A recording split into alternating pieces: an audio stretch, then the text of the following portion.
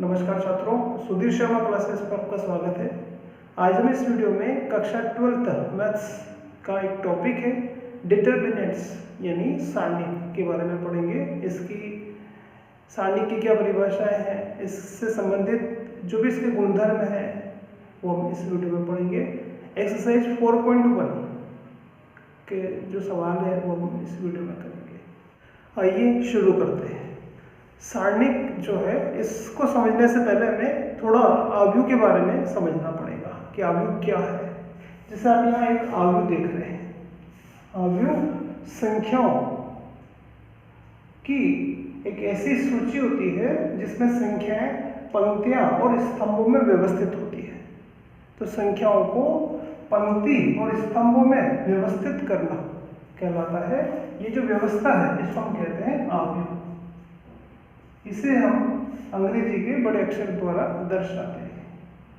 इसका क्रम होता है कि इसमें पंक्तियां हैं दो पंक्ति है और इसमें 3 स्तंभ है।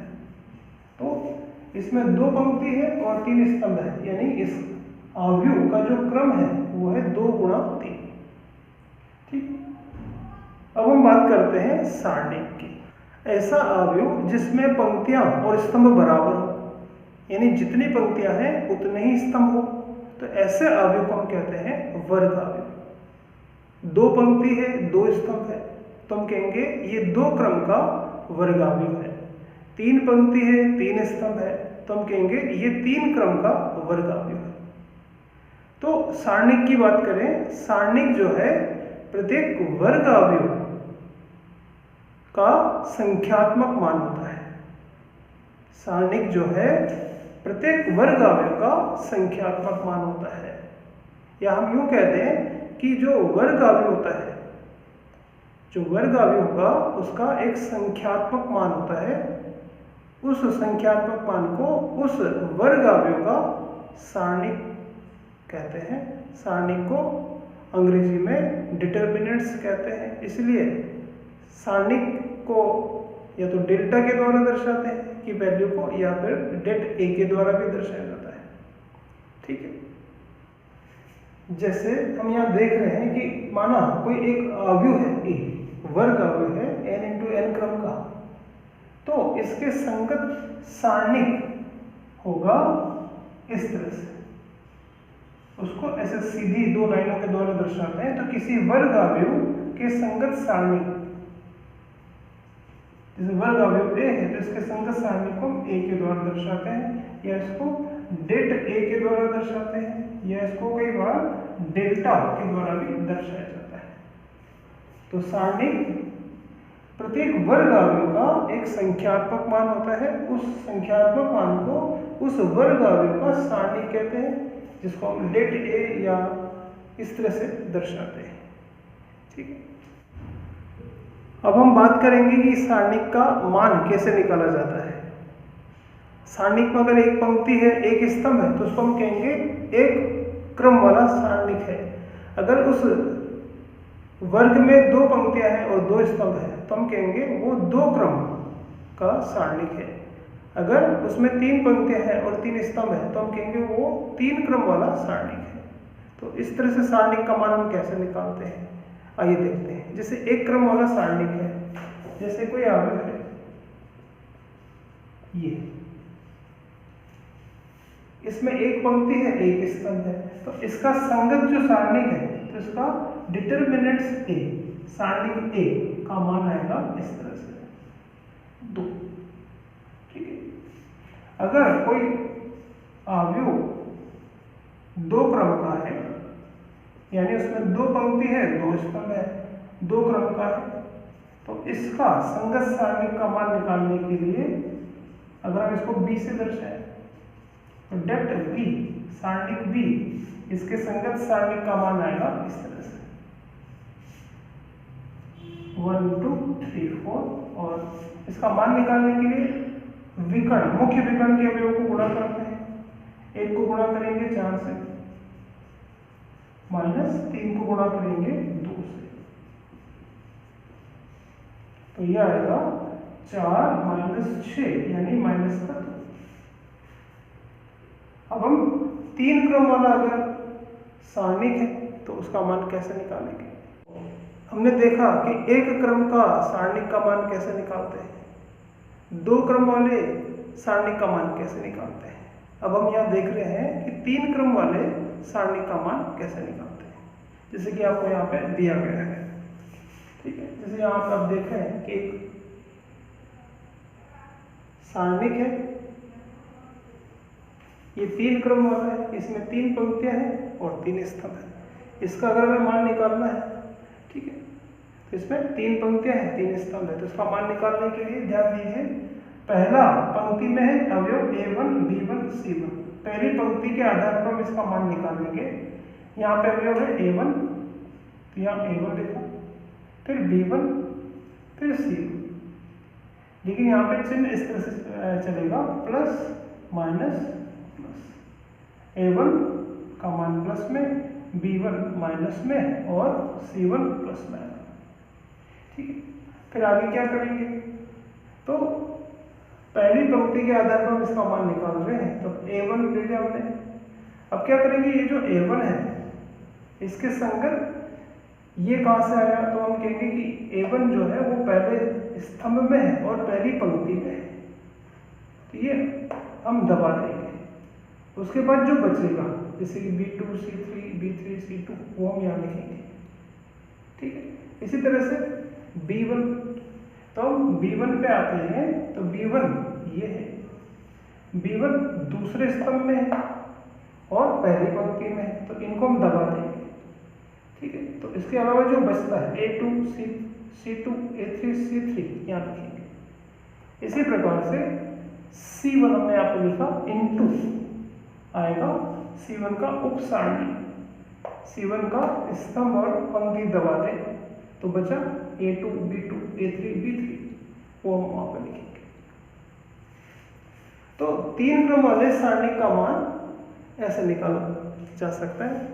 अब जैसे इसका मान निकालना है, तो ये दो क्रम वाला रह गया। अब इसका मान निकालने के लिए B2 को C3 से गुणा करेंगे, माइनस B3 को C2 से गुणा करेंगे। मुख्य विकर्ण के अवयव का गुणा माइनस अन्य विकर्ण का अवयव का गुणा। इसी तरह से माइनस B1 A2 C3 से गुणा होगा, A3 C2 से गुणा होगा, प्लस C1 A2 B3 से गुणा होगा, A3 B2 से गुणा होगा। तो ये मान आपको दिए जाएंगे, तो आप इसका मान इस तरह से निकाल सकते हैं। ठीक है, आइए एक प्रश्न देखते हैं। तीन क्रम का एक सारणिक है, इसका भी आपको मान ज्ञात करना है। जैसे ये है प्रश्न की सारणिक 1, इसके अवयव है 1 2 3 4 1 2 1 3 2, तीन पंक्ति है, तीन स्तंभ इसके अंदर है, यानी ये तीन क्रम का एक सारणिक है। इसका मान हमें बताना है, तो कैसे इसका मान आएगा। फिलहाल हम मान लेते हैं कि माना इसका जो मान है वो डेल्टा है, यानी इसकी जो वैल्यू है वो डेल्टा के बराबर है। अब हमें इसका मान निकालना है, तो इसका मान हम निकालेंगे। पहली पंक्ति में जो अवयव है 1 2 3, 1 2 3 इसका अवयव है, एक को तो लिखेंगे ऐसे प्लस में, फिर 2 ये प्लस में, ये 2 आएगा माइनस में और 3 आएगा प्लस में, ऐसे लिखेंगे। ठीक है, पहली पंक्ति के आधार पर इसका मान निकाल रहे हैं, +1 -2 और ठीक। अब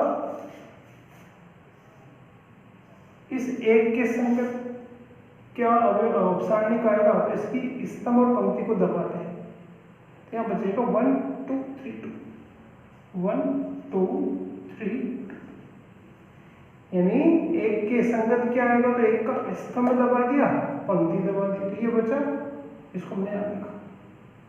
अब इसके लिए लेंगे, इसकी स्तंभ और पंक्ति को दबा दें, तो बचेगा 4 2 1 2 4 2 1 2। इसी प्रकार से +3 के लिए भी मान निकालेंगे, तो 3 जो है वो यहाँ पर है, और 3 के लिए हमें तीसरा स्तंभ दबाना पड़ेगा, पहली पंक्ति दबा देंगे, तो ये बचेगा 4 1 1 3, यहाँ आएगा 4 1 1 3। ठीक है, अब हम इसका मान निकालेंगे। इस 2 क्रम वाले सारणी का मान निकालने के लिए 1 को 2 से गुणा करेंगे, 2 एकम 2, और 3 को 2 से गुणा करेंगे, ये और ऐसे गुणा करेंगे, तो ये तो 2, ये आएगा 6, लेकिन यूं में माइनस भी लगा देते हैं। इसी प्रकार से यहाँ तो आगे है 1, यहाँ आगे है माइनस का 2, 4 को गुणा करेंगे 2 से तो 8 आएगा, 4 दूनी 8 माइनस 2, यहाँ है आगे प्लस 3। इसका मान निकालने के लिए 4 को 3 से गुणा करेंगे 12 माइनस का 1। ठीक है, अब यहाँ 2 माइनस 6 यानी माइनस का 4, 6 दूनी 12 यानी माइनस का 12, 12 में से क्या 11 या 33, तो यह आएगा माइनस का तो 16 प्लस का 33, यानी आंसर आएगा प्लस 17। तो इस सारणी का मान जो 3 क्रम का है, इसका अपन मान इस तरह से निकालते हैं। यह हमने मान निकाला इसका पहली पंक्ति के आधार पर। ठीक है, एक्सरसाइज 4.1 का पहला प्रश्न देखते हैं। के किस मान के लिए सारणी के 2 4 - 3 का मान 0 होगा। ठीक है, वो आपको एक सारणी दे रहा है और वो कह रहा है कि सारणी का मान अगर 0 है तो आप के का मान बताइए क्या आएगा। तो इसका मान निकालना है, के का मान निकालने के लिए इसको इससे मल्टीप्लाई करेंगे। ये 2 क्रम का सारणी के इसका मान निकालने के लिए मुख्य विकर्ण के अवयव को गुणा कर देंगे, तो के गुणा होगा -3 से और -4 गुणा होगा 2 से। अब वो कह रहे हैं कि सारणी का मान 0 है, तो इसका मान निकालने के लिए -3 के -8 बराबर 0, तो -3 के बराबर 8 या के बराबर आएगा -8/3। तो ये इस तरह से है। दूसरा प्रश्न देखते हैं। यदि सारणी x y 2 4 बराबर 0 हो तो x अनुपात y का मान बताइए। ठीक है, तो इस सारणी का मान वो कह रहे हैं कि 0 है, तो x अनुपात y बताना है।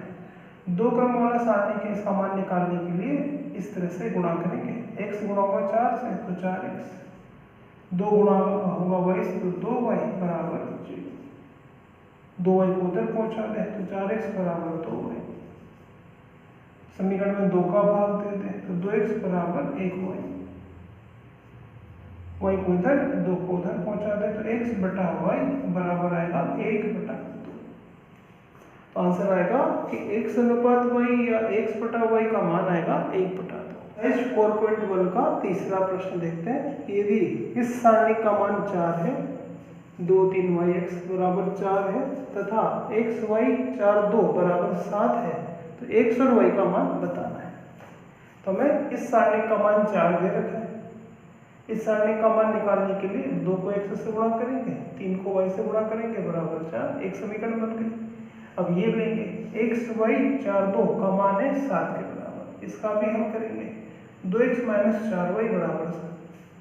दोनों समीकरणों को हल करेंगे। समीकरण फर्स्ट में से सेकंड घटा देंगे, 2x से 2x कट जाएगा तो 3y बराबर आएगा -3, y बराबर आएगा -3 और y का मान रख के x का मान निकाल सकते हैं। तो यहाँ हमें 2 समीकरणें प्राप्त होगी, इनको सरल करके x और y का मान निकाल सकते हैं। 4.1 का चौथा प्रश्न है। यदि सारणी x - 1 x - 2 x - 3 बराबर 0 हो तो x का मान बताना है। यानी हमें इस सारणी का मान बराबर 0 दे रखा है, तो हम इसका पहले मान निकालेंगे, इनको ऐसे मल्टीप्लाई करेंगे। x - 1 × x - 3 माइनस ये इनका बराबर चल रहा है 0 के। ये हमें सवाल में दिया है। हमें x का मान बताना, दोनों कोष्टक को गुणा कर दिया, x² से x² कट गया, -4x + 2x यानी माइनस का 2x + 3, तो x का मान निकालेंगे। ठीक है, तो एक सीधे प्रश्न है 4.1 का। ये था चौथा प्रश्न। का छठा प्रश्न देखते हैं। सारणी 3 - 11 1 5 0 0 -10 3 0 का मान बताना है। फिलहाल हम अभी इसका मान निकालने के लिए पहली पंक्ति के आधार पर ही निकालेंगे।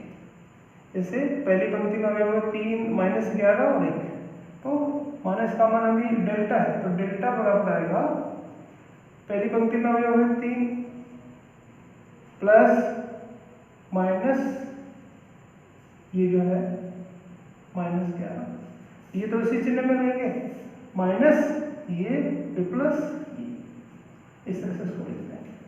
ठीक है, इसका तो वही चिन्ह रखते हैं, इसका चिन्ह पलट देते हैं और ये।